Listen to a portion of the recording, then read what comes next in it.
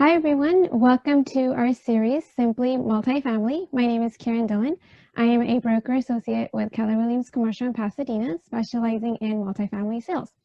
The purpose of this series is to highlight issues that affect owners of multifamily properties via market updates, investment insights, and interviews with trusted professionals. Today, we're going to be talking about property management. As a broker, I get asked all the time about property management and specifically about whether someone needs a property manager for their property. To help navigate this decision-making process, I'll be speaking today with Michelle Vaakil of EGL Properties, a full-service residential property management firm based in West Los Angeles with properties under management all throughout Southern California. Welcome, Michelle. Thanks for being here today. Hi, thanks for having me. Of course. So let's start off with an overview of what exactly it is that a property manager does when it comes to multifamily properties. Sure. So, EGL Properties, we're a full service property management company, which means that we do everything that a landlord would normally do. So everything that you can imagine, rent collection, paying bills, leasing, maintenance, everything that, so that clients can step away from the day-to-day. And what they get is a full financial package at the end of the month. And this is an investment just like they own stocks or other types of investment tools. And you also help with vacancies and screening tenants? Yes, it's really from one end of the spectrum to the other. So everything that's involved. So if you have a vacancy, we're going to do everything from making sure it's rent ready, marketing online, showings, whether they're in person or some other vehicle right now, using technology, and screening the applicants, moving them on in leases. So all of that, moving tenants in, and then separately, just the day-to-day. So again, rent collection, paying bills associated with the property, coordinating maintenance. It's a huge part of the headache, right, of owning property is dealing with the plumber, dealing with emergency calls at 2 in the morning, all of those things. And then interacting with the tenants, making sure they're being taken care of, making sure they're not having disputes with neighbors or other issues that are coming up in their tenancy. Sounds good.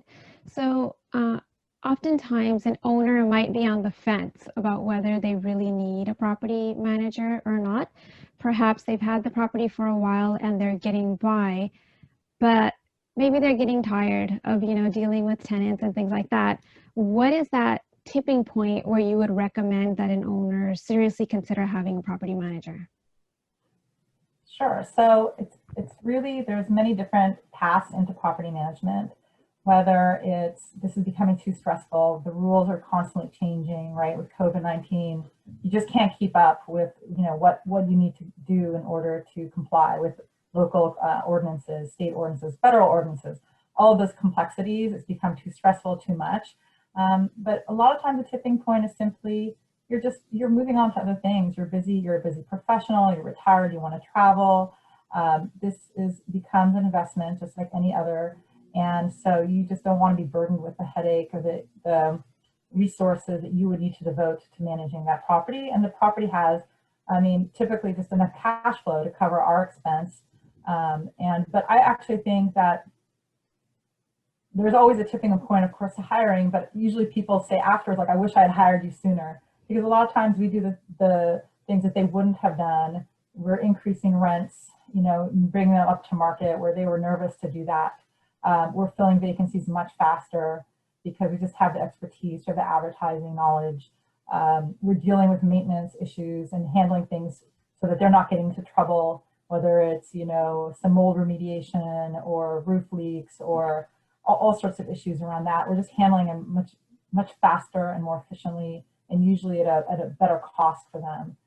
So usually the tipping point, is just someone has said, like, that's it, I can't take it, or I've just invested, I've hired I have an investment, but I am a doctor and I don't want to deal with this. And so they look out elsewhere to find a professional. That makes sense. And it seems entirely possible that you would be bringing more value to their investment through your services than what you're charging for your fee. You're adding value. Yeah, I mean, the most successful of our clients are the ones that are ready to let go and really let us do what we are experts at, right? So that's it, right? Like just like with your business, right? If you like let your clients trust you to find investments that will work out in the long term and will give them added value as years go by. And so with us, this is very similar. If they trust us and they allow us to do our job and to do it in the way that we've been trained, we're educated, and then we pay for ourselves almost immediately. How involved are owners once there is a property manager in the mix? Is it purely very passive? They're just getting the rental income, or are there certain decisions that they still need to be involved in? Right. So I think it's like you, Kiran, with buyers, right, or sellers. Like some want to be much more involved, some don't, and we really just are accommodating to that. I think we can't really co-manage, but there's certain areas where clients they want to be part of the decision or informed in the process. So the day-to-day, that's why they're hiring us, right? They don't want to be informed about or talk about a leaking faucet. But if the roof needs to be replaced, that's something that they might want to be involved in that decision making. Or if there's an eviction and a tenant needs, we need to move forward and negotiate that out, they may want to be involved in that process. So those are the types of times where they would come in. But most of the time, it's just a matter. And also, I want to say, like, some clients are experts at managing property. They are experts in real estate, but they don't have the time for it. So we welcome that. That's okay. That's great. But again, there has to be like one cook in the kitchen. So it's much better to have, let us do what we do really well, and your property will flourish that way. And that's what usually happens. So when someone's ready to make that decision to bring on a property manager, what are some of the factors that they should look at when interviewing different firms? So such a great question. First of all, I have like amazing colleagues in Los Angeles. We all really work hard to service our clients. But it's really, I think when you're really looking and when you come down to it, the primary for me would be looking at experience. How many years has that company been in business?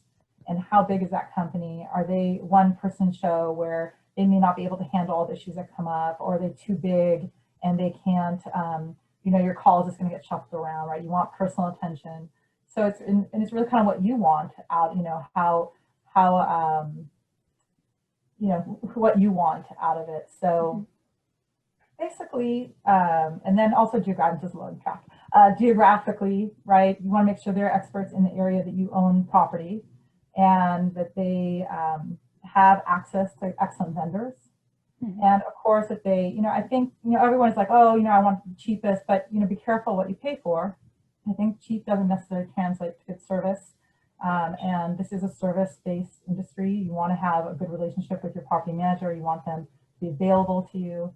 So all of those things. And then I was going to say, the last thing is make sure that they are affiliated with a established trade organization. So for example, we're members of the National Association of Residential Property Managers. They are a national organization. We are constantly getting training from them. This week is actually their convention virtually this year, which is a little unusual, of course. But that expertise, that constant training, that staying up on the latest technology, staying up on the latest rules, staying up on how to do things best, really can differentiate you from the next person. I just want to give you an example. There is an amazing website. If you haven't checked it out, this is a freebie. It's called petscreening.com. And it's about the idea around renting your property out when somebody has a pet.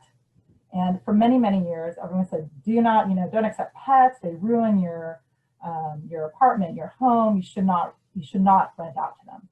But the truth is that 60 to 70%, I think the latest statistic is, and the applicants have a pet. So you're losing out right away from the get-go on 60 to 70% of qualified applicants. And the truth is that most people, if they have a pet, they take better care of their pet than their child. I mean, especially in LA. So you have this situation where you have this kind of antiquated look at how how to accept, how to qualify a renter. So we really highly encourage clients to take pets with this caveat that they use petscreening.com. It basically qualifies the pet. It gives you a paw score, which is really cute. And then you can decide. You can charge extra security deposit. You can charge pet rent, which is a new thing. And you can really add value, and you can perhaps even get more rent than you typically would get out of an apartment. That's such a great point, because I imagine people might sneak their pets in anyway, right? So right, so exactly right. So you hear about the emotional support llama and all of that. Believe me, if someone wants an animal in their house, they can, which is fine. They go through an emotional support animal. That's actually what pet screening does. It's a gateway, and basically says, is this a pet or an animal, assistance animal, and then they will screen accordingly that way, so that you either the animal is approved as an emotional support animal, or that type of animal, pet, not pet, animal, and or it's just a pet, and they screen that way. But either way, you have the right paperwork on file, you have documents, you have the license, you have the description of the pet. All those things are done for you, and you don't pay $1. The applicants pay, and then they have to update their information. So it's a great service. It's been around a couple of years, and we find it just a huge help, and it's really improved the bottom line for quite a few of our clients. That's amazing. Thanks for that tip. So obviously, this has been a really tough year for landlords and tenants. There's been a slew of eviction moratoriums and rent freezes at the local, state, national levels. Given all of this, what effect has COVID had on the properties that you manage? And you can talk about it in terms of what's rent collection been like, how are vacancies doing, are you having to give more concessions, things like that. Sure. So I think what it's from a property management level, it really forced a lot of clients, landlords, to really reflect on the technology they were using to reach tenants, to reach out, right? So everything from making sure that they had the right software in place, and that tenants could pay online and they could sign leases online, all those things. There was just a huge push to technology. Inspections, we do inspections, virtual inspections. We were doing them before, now we're just using even more. So all that technology, right, that got in place right at the beginning. But then I was dealing a lot of what's the newest rule that's coming down the pipeline from the county, from the state, from the local, from the city, and kind of making sure that we're addressing all of those notices that we had to give out. For City of LA, I think in May, there were 2 different notices that had to go. Even now with the state, they had another notice that had to go out by the end of September. Otherwise, you could lose out on collecting a huge portion of rent, unpaid rent. So there's a lot of just getting yourself knowledgeable about the new rules. And then third, just the reality of what we're living in terms of the ripple effect of all of this on the economy and how renters are reacting. So you have, first of all, just within leasing, right? You have a huge flight from urban areas to the suburbs. So, and City of LA has seen that, right? So you have areas like in Hollywood where you had these, a lot of that population were younger, they were more transient, they had gig economy jobs, working as waiters, and they were in school, and suddenly they left, they were gone. And so you have this plunging vacancies in certain urban areas. And then similarly, they couldn't pay the rent. So you had not only a higher vacancy factor, but you had a higher, you had less people paying rent. And then, so you have the combination. And then of course, when you have, when you suddenly have more vacancies, right, that's pushed, and now you see the rents start to fall, right? There's more apartments. It's natural economic consequence. So you have rents starting to fall. So having to deal with all of that. And so it's been like a real challenge, and I think a reality, like a wake up for a lot of owners. And as a management company, we're navigating all that, and we're making sure that they're informed of what's happening and what the different laws that are impacting them and what can they do or not do. And then are getting our hands tied by the eviction moratorium, not only in the city, but the state and actually by the CDC. Yeah. So just really having not that many choices of how to collect rent for our clients and how to if there are clients out, we have clients who have, if they have a fourplex and 2 tenants are not paying and there's a vacancy, that's hard. Yeah. Really hard.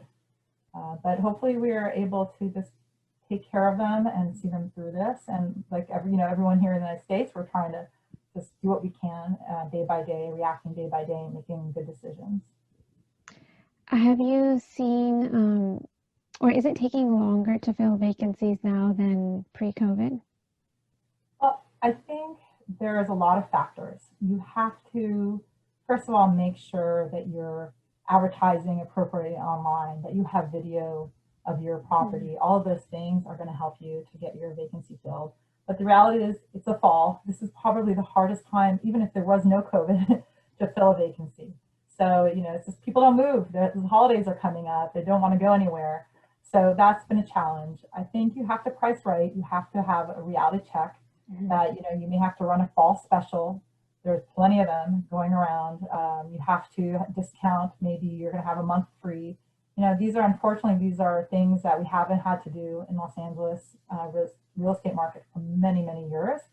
But I remember when I first got in the business 30 years ago, every property had a vacancy. We were going through a huge recession. It wasn't a question of a full house. It was a question of like, okay, well, we have a vacancy continuously.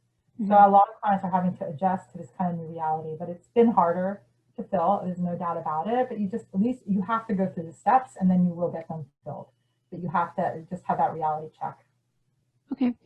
And I'm just curious, I don't expect you to have numbers on this or anything, but in terms of rent collection, have you seen any change in that, like pre-COVID to during COVID to now that we're 6-7 months in, if it's gone up and down and up again, anything like that? Sure, I think, that's a little bit hard to judge because we've had a lot of factors playing into it. Of course, there was an unemployment assistance going through the end of July. So that was very helpful. And then around that point, things started to open up. So people were going back to work. So I think I think at the very beginning, people like, oh, it's going to pass. I'll just go ahead and try to pay rent. So the collection the first couple months were a lot better. And then as you went into the summer months, in the fall, it's kind of stayed steady around 10%. But at the same time, there have been a lot of programs that have opened up to landlords to collect a little bit of rent from the city, from different programs. So we've gotten from the city of LA, for instance, they had a program if tenants qualified where they paid $2,000 towards rent. And those are actually, I think today was the first day that we started seeing that money coming in, which is going to be a huge help to clients. Okay, that's great. So given all of this, there's so much, going on all fronts. What advice do you have for owners on being a landlord in the COVID environment? I guess basically like best practices. That's a great question, Kiran. I think that you just have to take it day by day. You have to work with tenants. I think you have to be realistic. We're recommending right now, since we just don't even know when the eviction moratorium is, even though they talk about end of December or end of January, depending on where you are, that will be lifted. You just don't know. And so being flexible with tenants, recognizing that you may have to do cash for keys, where that means that you just, you either let the tenant out of their lease, let them out, forgive their balance, pay them out. That might be an option that you have to pursue. But know that real estate is a great investment. Long term, when you look around at people who are wealthy and have generational wealth is what I call it, it's because they own real estate. It's been such it's a hedge against inflation. You do have typically not, COVID has put a lot, I don't think anyone has seen a pandemic in recent times, but generally have very, strong cash flow, reliable cash flow. And so it's just been a great investment tool, a great wealth builder. Yeah, I think you're absolutely right. It's a tough time. People are in it for the long haul, right? Like your clients who are buying apartment buildings, they're not buying it to flip typically in a couple of months. They're, they're long-term holds. Even if it's just a couple, 2 or 3 years, they're not flipping it very fast. And it's often they'll hold it for many, many years, right? So then they'll take the equity and buy more. So it's, yeah, I think slow and steady, and just, this too will pass. Yeah. And another real estate cycle we have to navigate. Yeah. So, what if an owner has a tenant who appears to be taking advantage of the situation, right? There's an eviction moratorium in place. You suspect that the tenant can pay rent, but they're using this as a vehicle to kind of get out of it. Mm-hmm. Have you dealt with that? What advice do you have on that front? Yeah, that is so tough. It's so painful, and I think that's where for somebody like that, like EGL comes in, and that it's really, you have to separate the emotional from the business point of view, right? From emotional point of view, this is totally just such bad behavior on a tenant. That everyone's going through a hard time, you can pay, and just taking advantage, right? So the client has to make a decision. We have to make a decision whether or not we're willing to wait it out, right? Which means that we may not see rent from this person regardless till March, April, May of next year, or we do the cash for keys. The reality is that if you can do cash for keys, you're going to be better off because you get your money. The tenant moves out, and suddenly you have cash. You can rent it out and get a new tenant, and you're going to have cash flow going. Now, if you can wait it out and you have the resources, then by all means wait it out, because that tenant is not going to want to have a ding on their credit later on when you're going to file in small claims. They are going to pay it off eventually. But it just depends, right? Every client has different resources, and so it's painful. It's upsetting when tenants do that, but you have to make a decision what works for you in the next couple months, and what's your cash flow position. How receptive are you finding tenants to be to a cash for keys arrangement compared to pre-COVID? Well, so we weren't really using cash for keys very often unless there was something happening at the building, like a repositioning where you were maybe emptying it out, you're going to do something different with that property. But now it's hit or miss. It's just a tool in your pocket. I think you can't just do a straight, we'll forgive you. There is going to have to be some part of payment out to the tenant. It just depends how badly you need them out and what your resources are. It's not a great option. But it is out there. So I think a lot of our clients feel like there's nothing they can do. This is just terrible. But at least it is something that you can do, mm-hmm. and has worked. Okay. And then on the flip side of that, an owner has a tenant that really is going through financial hardship mm-hmm. because of COVID, but the owner is also struggling if they're not collecting rent. How do you suggest they navigate that? Well, I think it's really about what your obligations, what your financial obligations are. So right now there is a moratorium on foreclosure. So you're not going to get your building foreclosed on if you don't make your mortgage payment, right? That's the biggest concern. Similarly, utilities are not going to get shut off. They have their own set of rules around it. And then same thing with property taxes. If you don't pay and you can prove that there's a COVID-related reason, then they're going to hold off fines and will allow you to pay later. So there are a lot of workarounds to minimizing the impact on cash flow. The idea, I think, like everybody, is just try to get through it. A lot of we're working with clients if there's a big repair to maybe work with a vendor to have a payment plan set up. For example, if they need to put a new roof on, well, putting a new roof on when you have maybe a couple tenants not paying and a vacancy, it can get dicey. So, and if you don't have the resources and you're struggling, we can try to find a way to get through that.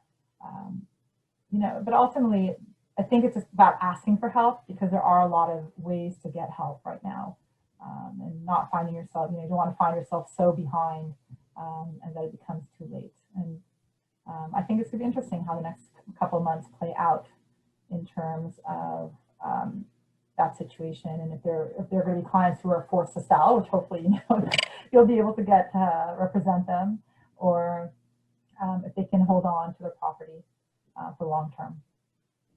That makes sense. And then the eviction process. So what is your role in that right now during COVID, and how is that different at all from how it was pre-COVID? Yeah, so different.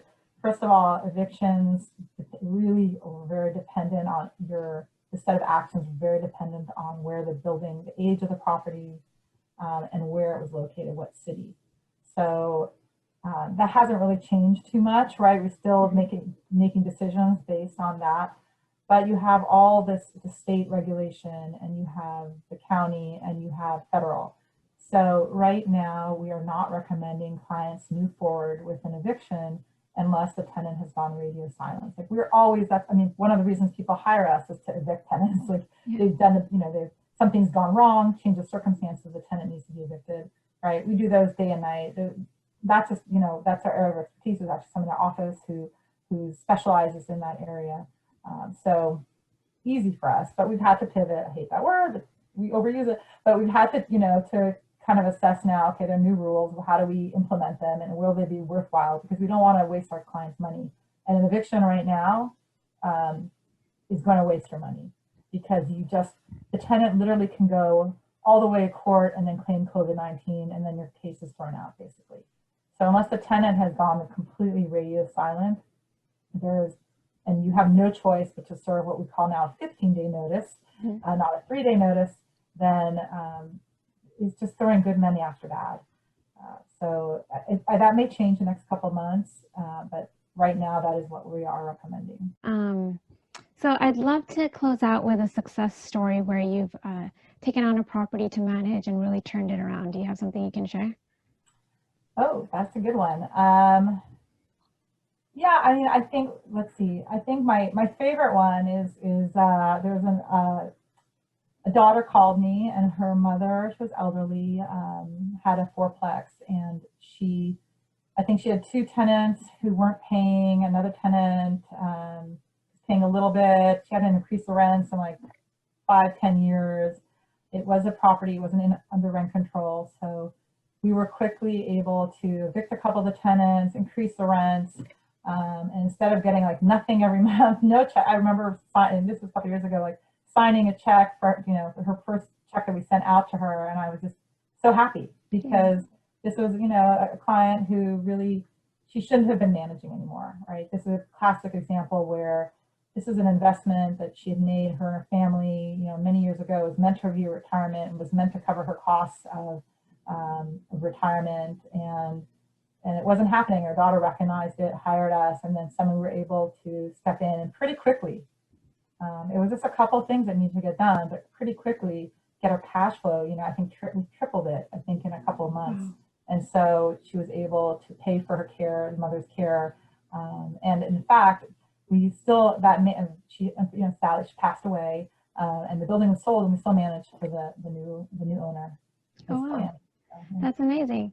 That story just reminded me, one of my biggest hurdles is by the time somebody comes to me to list the property, it's usually too late to do these things like raise the rent and all of this kind of stuff. And I wish there was somebody like you involved a few years earlier that could kind of get it up and running and get the right, organized and all of that, because then I can do my job better to help them get the highest value. It's honestly, it's painful, because you kind of go like, why didn't you raise the rents? Like, they wouldn't have done that for you. Are they going to pay for your retirement? Are they going to pay for your, your care? They're not. So, and this is a business, but you worked so hard to buy this property for your family. You worked so hard, and don't let people take advantage of you. Be a fair landlord. Which I like.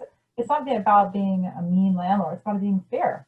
I'm not talking about increasing rents where people can't pay. I'm talking about increasing rents to where it should be, a reasonable rent. Right. And so we consider ourselves fair landlords. We're not mean. Yeah. We just try to do the right thing by everybody. That's fantastic. So if any of the listeners have any questions for you, what's the best way for them to get in touch? The best way is either call me or email me. My email is mvaakil@eglproperties.com, MVAAKIL Vaakil at eglproperties.com, or look us up on our website, or call me on my cell. Totally fine. 310-422-8211. 310-422-8211. Great. Well, thank you so much, Michelle. I really appreciate you sharing your expertise. Thanks, Kiran. Take care. All right. You too.